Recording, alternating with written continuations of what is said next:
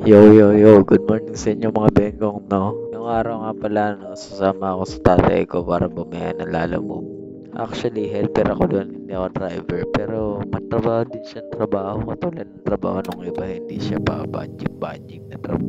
Actually, nagkakape ako niyan habang nag-aantay ako na sundo.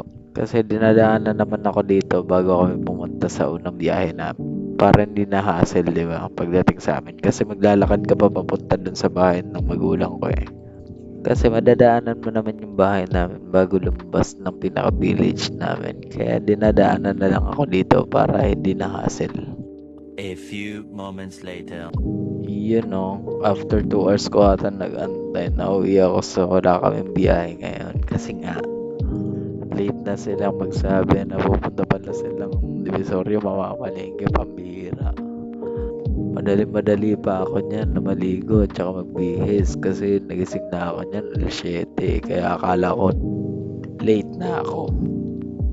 May hugasin pa pala, kailangan ko tong hugasan. Siyempre, kailangan natin maging masipag. Wala naman tayong ganito siguro pag naganda tayo na kailangan mong tulungan talaga yung partner mo sa buhay kung anong gagawin mo na pwede sa bahay. Kaya imbis na maglagalag, di ba? Makapagbarkada, makapag-inuman sa labas, o kaya magsugal sa labas, magliligalig sa labas. Ito ako gumagawa ko ng gawain bahay. Bakit hindi natin gawing productive ang araw natin? Yung tipong maghahanap ka ng accomplishment sa araw-araw. Ang sarap kaya sa pakiramdam na may na-accomplish ka sa araw na yun. Kasi sa panahon ngayon, hindi lang lalaki ang nagtatrabaho at hindi lang yung babae ang nasa bahay. Mas nakakapagod kaya yung mga nasa bahay ka lang, di ba? Nung natigil ako sa trabaho at naging full-time house husband ako, na-experience ko kung gaano kahirap magtrabaho sa loob ng bahay. Ang tipong maglilinis ka pa lang, may kalat na. Tapos kakalinis mo pa lang, may kalat na ulit.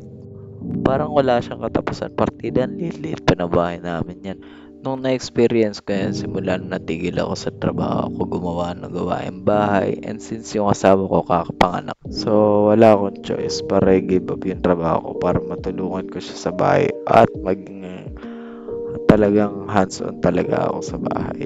So yun nga, kailangan kong i-give up yung trabaho ko kasi nga nakita ko parang hindi niya kayang gumawa ng gawaing bahay kasi nga hindi nga siya makakilos eh. Pero sa totoo lang, yung experience ko na yun, lalo kong narespeto yung mga babae, lalo na ah, yung mga single mom talaga na tinataguyod lang yung anak nila, ano. Paano kaya yun? Napapaisip tuloy ako sa mga mag-asawa na strict talaga, lalo na yung mga religious talaga na mag-asawa na yung lalaki lang dapat na nagtatrabaho, yung babae nasa bahay lang, tapos pagdating ng lalaki is mamasahihin, kailangan luto na yung ulam, parang nakaka-frustrate na yung tao na sa bahay, tapos pag habang naglilinis, wala man lang break time. Kasi ang mga yan, pagtulog yung mga bata, naglilinis sa bahay yan. After nyan, parang patakas na lahat ng oras dyan. Tapos bigla ang gigising na yon, lahat ng mga naiwang gawain nila sa bahay, parang nakakalimutan nila matulog. Kailangan nilang gawin na mabilisan lahat ng bagay kasi parang may time tracker sila eh. At habang naglalaba nga ako, tumingin nga ako dun sa dalawa kasi tulog yun eh bago maglaba. Pagtingin ko yung anak ko, nagising na pala, tapos kinagising niya yung nanay niya. Umiiyak yan kasi ayaw magising ng nanay niya kasi yung asawa ko ngayon panggabi, may trabaho. So ako kahit tinaantok sa hapon, syempre kailangan kong gawin lahat ng trabahong bahay para hindi na siya mahirapan kinagabihan. May time pa rin siya para sa sarili niya, di ba? Or mag-alaga dun. At yun na nga, magising ang asawa ko, nag-decide muna kami pumunta sa Ever para bumili ng mga kailangan namin sa bahay. Kasi may mga nakalimutan kaming grocery na bilhin nung nakaraan eh. Hininto ko muna yung paglalaba ko tapos lumabas kami para itong maliit namin is magala-gala kasi nabubur yung nasa bahay eh. So yun na nga, tinamad akong dalhin yung stroller, total maliit din naman yung Ever. Kaya sinakay ko na lang siya dyan sa cart para siya taga-manage ng mga nilalagay sa cart na nanay niya. Seems nag-enjoy naman yung maliit eh. Oh. Makikita niyo, nag-enjoy naman siya eh. Naglalaro siya ng mga inaabot sa kanya eh.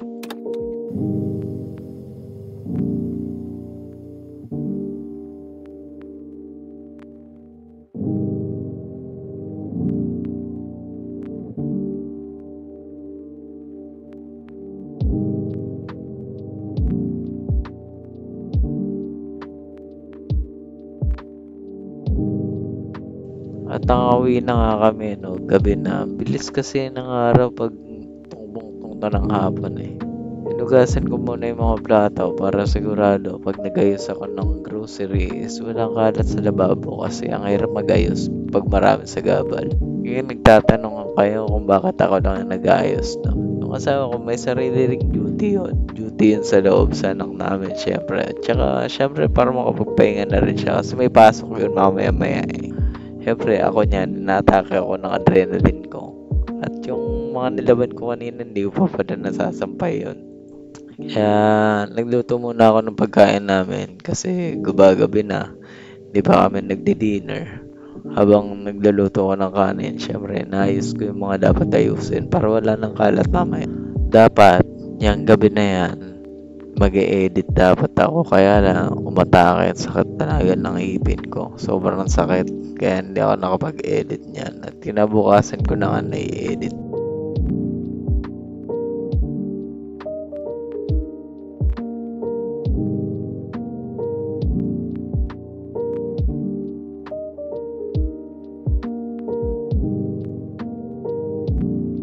Sabi sa inyo eh, kinabukasan ko nito yung video, hindi ko na tinapos kasi ang sakit talaga ng ipin ko. Siguro after namin kumain, natulog na kami. Nagsampay lang ako ng mga nilaban ko nung gabi. Tapos natulog na rin kami niyan kasi hindi ko talaga kaya sakit ng ipin ko niyan.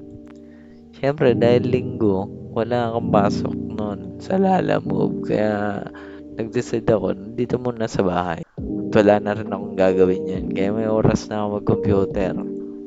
Yan lang naman libangan ko dito. Mag-computer, maglaro ng games dyan. At pa konti-konti, pinagyayaman ko naman yung kaalaman ko sa pagbabasa, sa pag-aaral ng software, sa paghahanap ng mga opportunities online. Siyempre, hindi naman ako idle pag nag-computer ako games agad, di ba? Ganun dapat tayo para never stop learning nga, ika nga, di ba? Kaya kung ikaw tatay, tapos nagbubulakbol ka, habang yung mag-ina mo sa bahay is nahihirapan, umiiyak yung anak mo, bakit hindi mo subukang magstay sa bahay at gawin yung mga trabaho sa bahay? Malalaman mo ang daming kailangan gawin kaysa lumabas. Kasi nung nahinto ako sa trabaho, parang wala na ako ng gana lumabas eh. Kasi nga, nasanay na lang ako sa loob ng bahay. Naging introvert na ako, di ba? Kaya yun naman yung struggle ko ngayon. Hirap naman ako makipagkapwa ngayon kasi tagal ko na stay sa bahay. Hindi na ako marunong makipag-usap.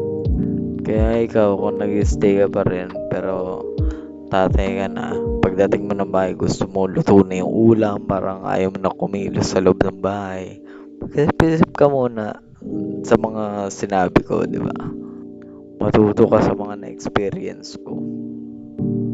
Kala mo, nasa loob lang sila na bahay. Mas nakakapagod sa loob ng bahay. Kasi tayo pag nagtatrabaho, di ba may break time? Yung mga yan, wala silang break time. Kahit gusto nila matulog dyan, hindi nila magawa matulog kasi nga, pinapabayaan mo. What if hindi ka lang mag-provide, no? Pag dumating ka ng bahay, tulungan mo. Wala naman siguro mawawala o gagawin mo, di ba? Traditional na kasing ganong utak, pre. Kailangan natin maging progressive sa buhay, di ba? Yun ngayon laging sinasabi ko sa asawa ko eh. Kailangan hindi tayo maging stagnant para sa anak natin. Maging progressive tayo, alam mo yan.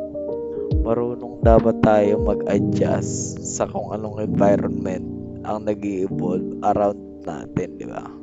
Kasi boring mo yun kung yun lang pinaniniwalaan mo, di ba? Napaka-traditional mo. Bakit hindi ka magsuot ng barong, di ba?